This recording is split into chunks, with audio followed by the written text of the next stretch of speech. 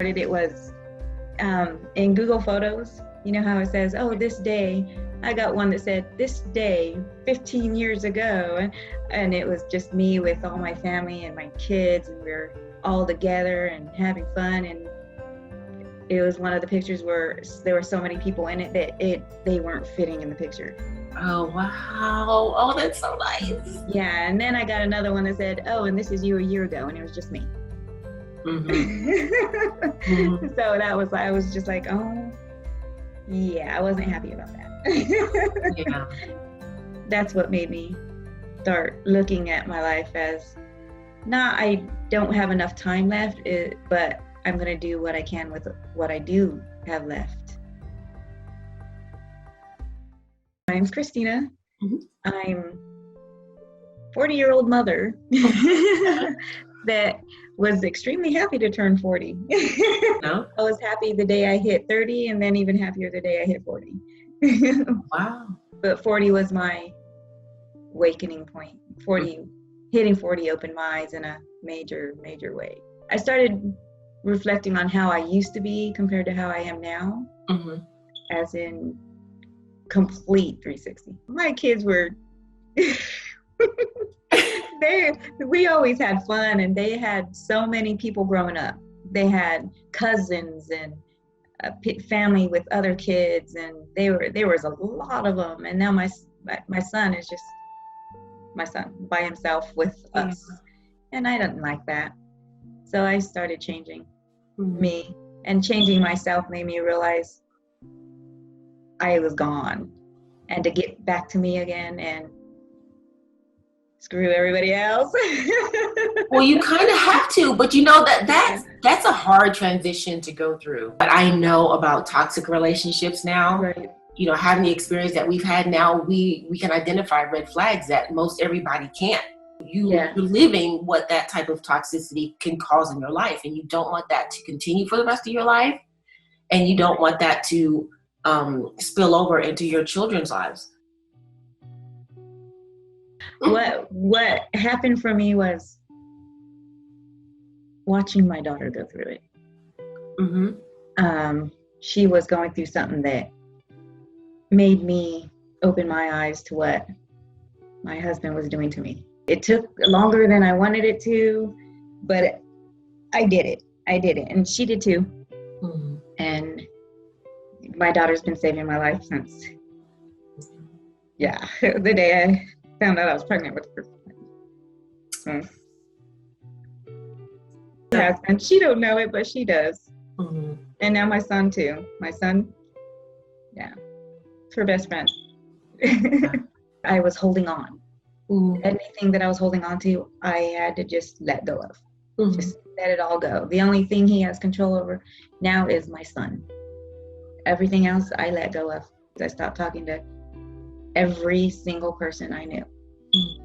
And I hid away for a while, and I grew strong enough, and finally I just was like, this is it. This is done. He had nothing else, and it made him worse. It made him worse because every single bit of control I took away. Mm-hmm.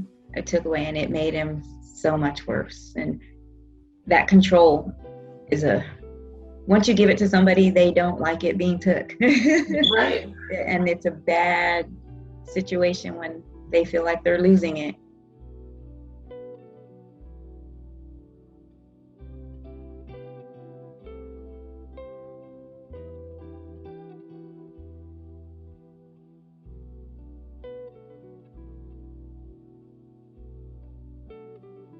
The fact that you got out, Right. that took strength. And on average, it takes a victim 7 times to leave. So they leave and then go back, and leave and go back, and leave and go back. Yeah, exactly. That's my reaction. I found that out. Well, I think I did it a lot more. Well, you did it when you were ready. You did it when you had the strength. You did it when you were 100%. You were like, okay, that's it. Yeah, and that's where my son comes into saving my life. Had I not had him, I'd probably still be with him. I'm a mama. I'm going to fix this situation before I give up. And it's every holiday. Yeah. Every holiday, all the birthdays, every holiday. Since my son's been alive, I think we've had 2 Christmases, and it was thanks to my daughter.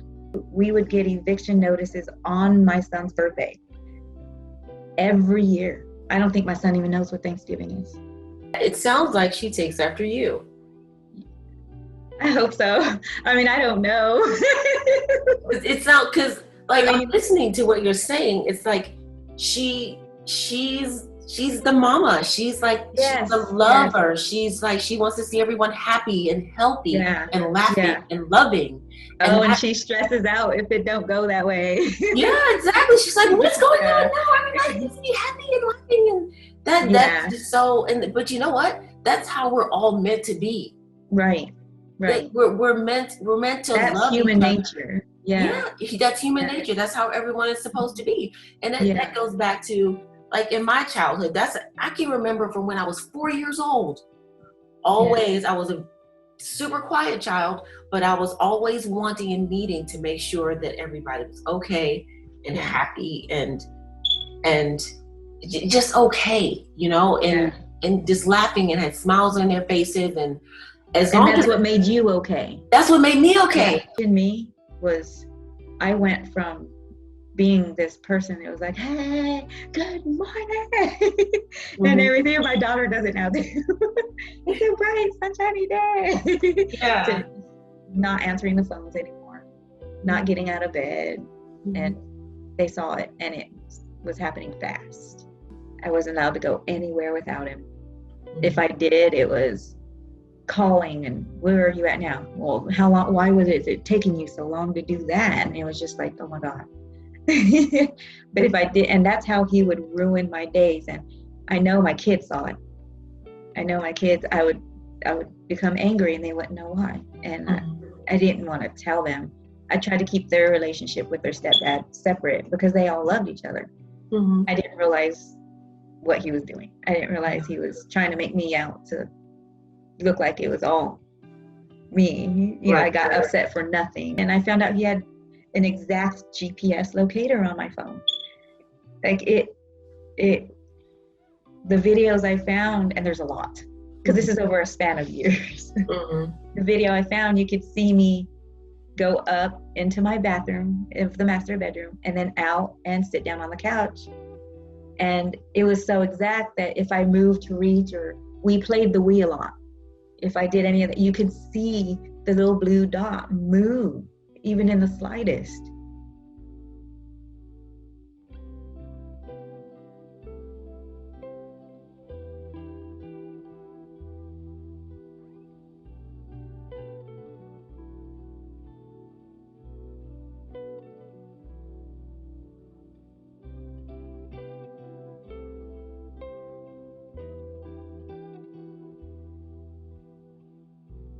And it's satellite view, and I'm just like, oh my God, this is how I knew. Or and he would just start showing up places, and I'm like, how did you know I was here? Oh, I didn't know you were here. I just happened to be driving by and see your car.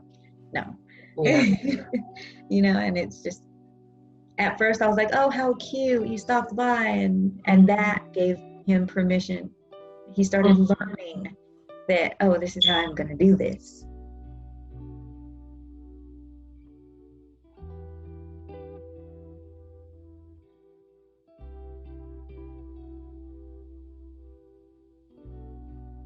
And I thought it was me. I thought, okay, maybe he is being cute. I started questioning my own sanity. Sense. Yeah, you were being gaslighted. Yeah, and I'm just like, see, I'm learning all that now. I've been watching Matthew Pfeiffer. Okay. And I love the guy. He's funny with it, and he's blunt with it, and he's just like, no, this is what really happened. And in my mind, I'm going, yeah, see, my common sense told me that. But I had somebody in my ear saying, no, I love you. I'm just, my common sense, I should have listened to it. Well, this is the thing. Like, I hear the same thing come from every single survivor that I talked to, and it happened with me as well. Love is, when you love someone, that overrides everything. That you're in love with this person. You married him. You married him, and you had a child with him. So of course. And he took that and he turned it into something dark and something ugly, and he preyed upon you from the inside out. We are wired to love in a healthy way. They're wired to love in an unhealthy way. And the only way that he can get what he needs is to manipulate and gaslight and control. Oh, and my kids is what he did. He knows my kids are good weapons because my kids and everything they want and need come first. And trust me, he spoiled my kids. We lost his kids for the same exact reason. Same exact reason, but I didn't believe her. Obviously, he told me she was a crazy, jealous, right. That she's not. And he never fought for them. I did. I kept fighting for them, and then I had to hide fighting for them because he got upset that I was fighting for him. He didn't pass the drug test then, and that's how we lost them. And he just said that my kids are too important to put them through losing brothers and sisters all over again, and I trusted him. And we haven't seen them since. They're full grown now. They don't want nothing to do with him. They haven't for a very long time. I didn't get out of bed for months after we lost them. And he was just like, oh, it's fine. Oh, it's. Because it has to be all about him. It has to. Yeah. And then what he did was, let's get married. It was, let's get married. And that distracted me from that. That's how he pulled me away from that. I'm his third wife. I was number 3 too. Yeah, see, sometimes third's not a charm. Yeah. Third ones fight. Yes, they're the ones that fight. But also too, I find that pattern shows that once after the third one, people on the outside start to question. Yeah, they're like, well, if 3 marriages haven't made it, then clearly it's not necessarily them. And we're always the ones leaving him. We've all left him. So and all for the same reasons. My son calls him the bad robot. Which I couldn't do anymore. He kept saying, for a good long time we didn't know who he was referring to as the bad robot. And he kept saying, Mom, don't go up the stairs because I'm scared the bad robot is going to push you down because he tells me he wants to. And I'm like, this bad robot is telling you he wants to push me down the stairs? And then after finding out that he calls his dad the bad robot, I'm like, my husband was telling his own son he wanted to push me down the stairs. No, we're going. And then my husband runs a outsourcing valet company, so he's everywhere. They do traffic control for the city. So all the construction sites, that's where they are, and they're everywhere. And he had them breaking into our house and killed my animals and all kinds of, it got really bad. As soon as I started finding out more and more stuff, it got worse. They were trying to get me to shut up. And then when I wouldn't shut up, they were trying to get me to look crazy. Because I have a DVR full of it where they weren't avoiding the cameras. They were just, my husband's a computer tech. Was able to cover it up. And I'm learning I'm not crazy with it, that it's there. And I knew it was there. You can see it in a shadow, but not to somebody that didn't know what my backyard looked like.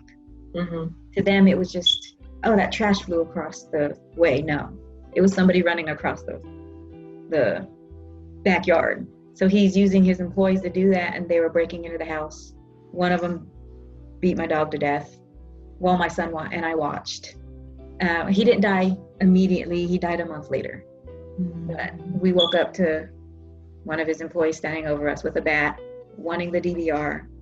And when I started screaming, my doggy attacked him, and he started beating him with the bat. It was awful. My son even had to watch it. We walked in on one of his employees throwing my fish out of the fish tank. And I'm just like, why? And like, they're fish, and they passed away. I couldn't catch them. And in the midst of screaming, my Paul's son was attacking the fish, thinking they were doing something to me. And I couldn't save them either. And I would be making my son a peanut butter and jelly sandwich. By the time I walked from the kitchen to the dining room to hand it to him, his milk and everything, I'd go back to the kitchen and the knife would be in the wall.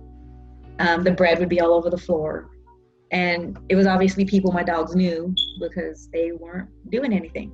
They were just eating what they were throwing down on the floor.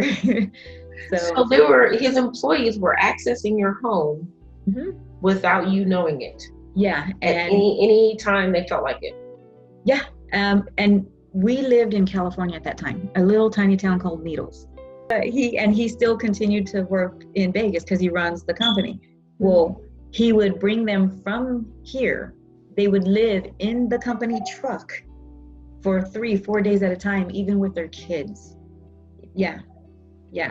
And I thought I was going crazy. I started hiding it. My son and I stopped showering because we caught one of his employees jacking off in the window. Yeah. And he was allowing it. I had one of his employees pull me down behind this little area where one of my cars are that I was working on. One of his employees pulled me down and tried to rape me. And my husband, in the video, you can see my husband standing under a tree. Yeah.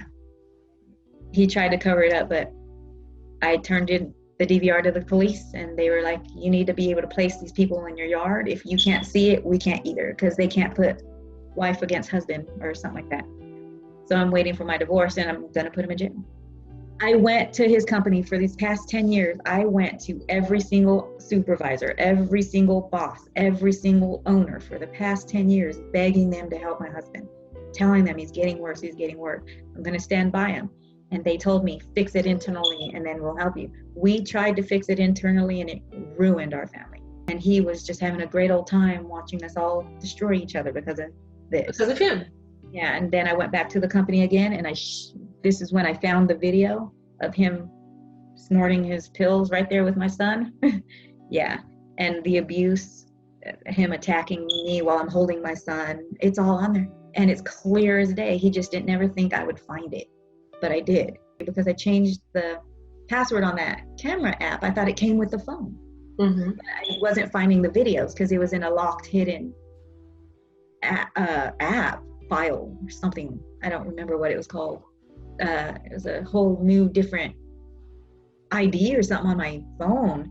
And I found it and I started going through it and I was like, what the heck? And I started seeing him snorting the pills and the abuse of my son that I didn't know about. And it's all on there. And then I started setting it up and just leaving it running. I decided I was going to record my day, every single day, every second of my day, so I could prove that I wasn't crazy. And as I was watching it, I was proud of me.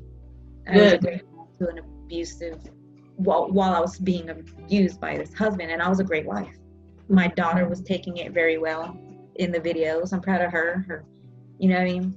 She was doing everything well, helping me out, and I noticed it was affecting her in the videos as well, and I made her not come back until I was in a better state. I made it to where she wasn't going to come back. I made her angry with me so that she wasn't going to come back. And because watching it happen to her, it was awful. And then after she left, it got worse for my son. There was a video where he picked my son up by his neck and put him against the wall. And then I was done. That's when I was done, because he had no control over my daughter's feelings. He had no control over mine.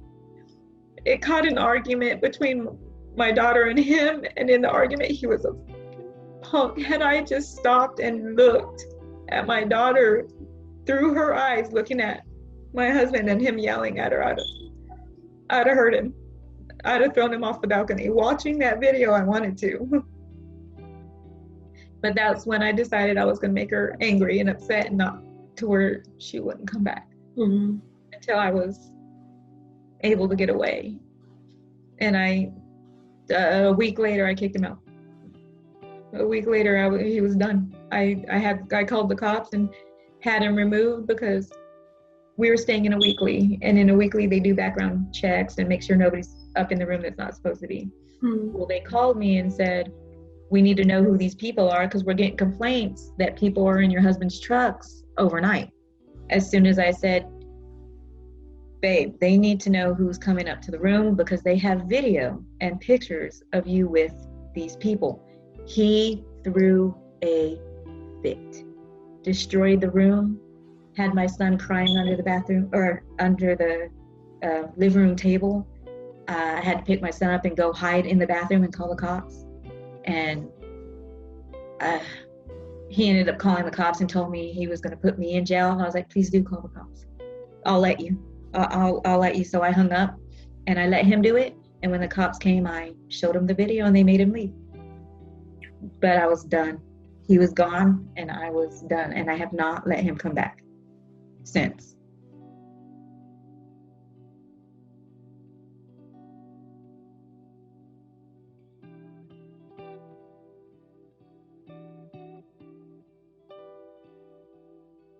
He finally stopped paying all the bills, got us evicted, turned my phone off, and then had me and my son living in the car and told everyone that I took off with his son. He didn't know where we were. He had no idea how to get a hold of us, so he decided he wasn't going to pay child support. He didn't know where we were or anything, and I have all the records that show, Jason, we have nowhere to go. Jason, are you paying the rent? What's going on? Are you not? And him saying, no, I don't, you're no longer my problem. Go find a different daddy for Jameson. I mean, at this point, he's a master manipulator. So yeah. He's been this way. He's been developing this form of communication since childhood.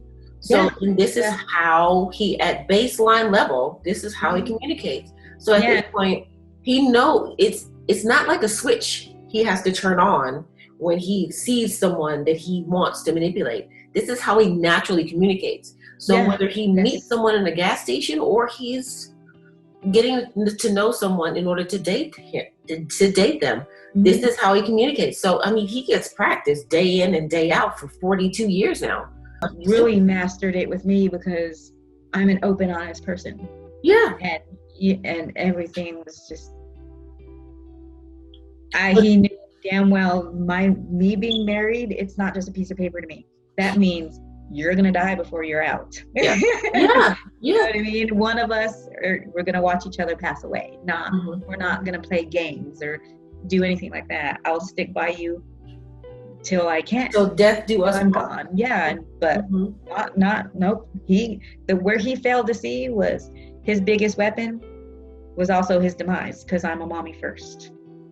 I am a mommy first. He knew that, but he didn't realize that I would put that first. You want to know how I found out I was pregnant? I'm germophobic. You don't put that thing in me without a condom. What happened was I was in 2014. I remember this. I was done with him. He was out of the house. I had new friends. I was moving on. He was still showing up wherever we went. And one night, Valentine's Day, he knocked on the door and said, oh, boo-hoo, poor me, wah. And I felt bad for him. I wouldn't let him in the house. But we went up the street to a bar, and I woke up. Don't remember nothing. I remember nothing. I woke up naked, condoms on the floor, looked over, and he was laying there, and I kicked him out. I felt it weird that the condoms, they were, out of the package, but they weren't used. And no way do I get drunk like that. I remember being in the bar. I don't remember leaving the bar. I remember nothing. I remember nothing. And then I was all of a sudden pregnant. And I was like, that was my first thought, was this dirty? Yeah, so I'm just like, then there it went. That's how he got back in then. I was like, okay, but if you think a kid, and I was honest with him too, if you think a kid is gonna fix us, don't. But it took him not long I mean, my son's first birthday, we were already being evicted and he wasn't in the house. Yeah. And it's sad because it's like, it really is the hardest thing to do, to mourn somebody that's alive. Like, I swear the husband I married is dead. And this man it doesn't even look the same. Mm-hmm. He does. I look at him and I'm afraid. And I'm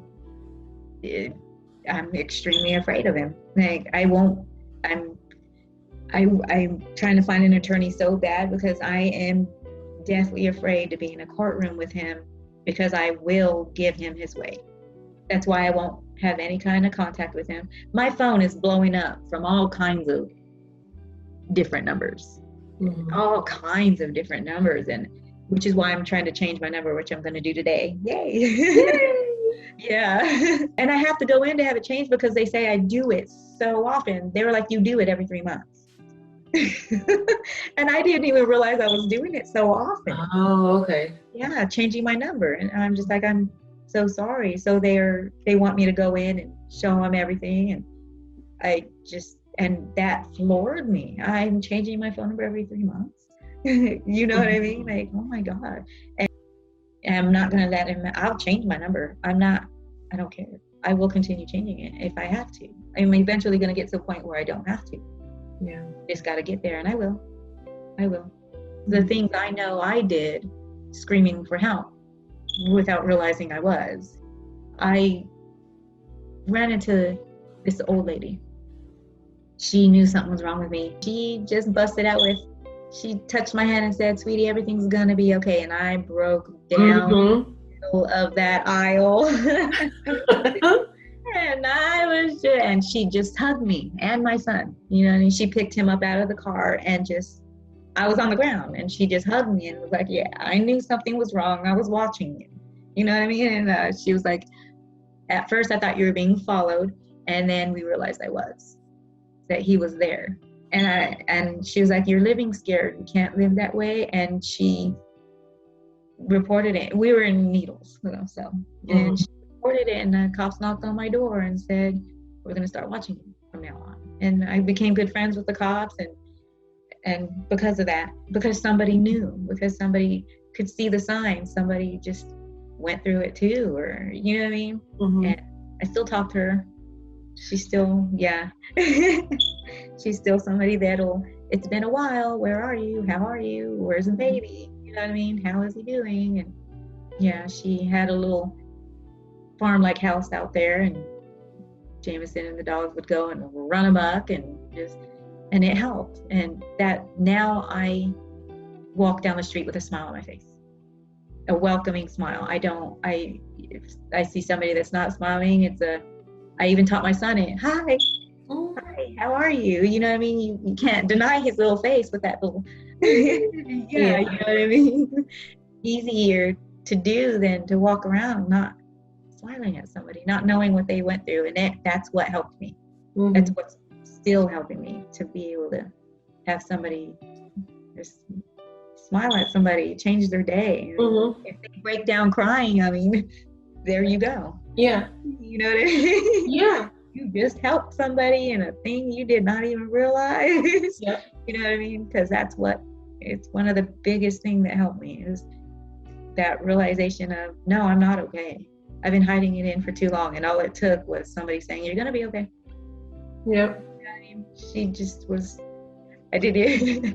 And then I was like, yeah, I'm being followed by you crazy lady. But she said she noticed me, and she said the gestures that I did, that kept grabbing my son's face and smiling at him. And she said at first she thought I had found out I was dying. Oh, wow. She wanted to make sure that's not what it was, that I did have family to tell. And I was like, no. She was like, that's how bad you looked. That's how bad. Because I got down to 76 pounds. 76 pounds. And my normal body weight's 125, 130. Oh, gosh. Yeah, 76 pounds. And that's what, every time I went through this with him, that's what I was doing. I know my weakness is him right now. Because he knows, I mean, he spent 15 years learning how to get to me. 15 years, you know what I mean? Learned everything about me, inside and out. That's what I'm afraid of. That is what I'm afraid of. And to tell somebody else that, they're like, oh, I would have ran. No, you don't run. Yeah, run? Yeah, I tried. I was going to run, but I have the upper hand by not running. Mm-hmm. If I do run, he wins. He wins. And they'll put a warrant out for my arrest. Mm-hmm. I'll be charged with kidnapping. And you know what I mean? I was 15 years with a narcissist. Just leave me alone. Nothing you can do or say is going to hurt me more than my husband already has. Mm-hmm. Give it to me. I have a response for everything you want to tell me. Please educate yourself. Yeah. Please, even if you've never been through it, get the education. I mean, I can look at someone and be like, what's wrong? Now, you know what I mean? Mm-hmm. No, there's something wrong with you. Your smile's different. Your hair is different. Why'd you cut it all off? It's the subtleties, yep. Yeah. The person that gave me your info is what's been keeping me alive for a long time now, for about a good, me and her, our situations are similar, and the timing of it matches up. Like, we were going through the same thing at the same time, at the same day, even on the same day. And it was just like, wow, I was not alone on that day. It sucks, but yeah. And she was the very first one to say, I believe you. I believe you. Don't listen to anybody else. Let me tell you my story so you can trust me that I believe you.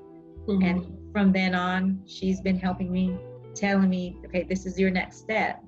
She helped me go full no contact, just full no contact. And I am so happy. My newfound love for life is amazing. I found the me that I lost so long ago, trying to be with somebody else. He doesn't have that over me anymore. And it's thanks to you and my daughter and her and the newfound friends that I've got, my family that told me that it's okay, and you know what I mean. Mm-hmm. And he's not taking that away from me. I'm happy. It's just I'm good. Good. And I can't even believe it. My daughter's just like, calm down.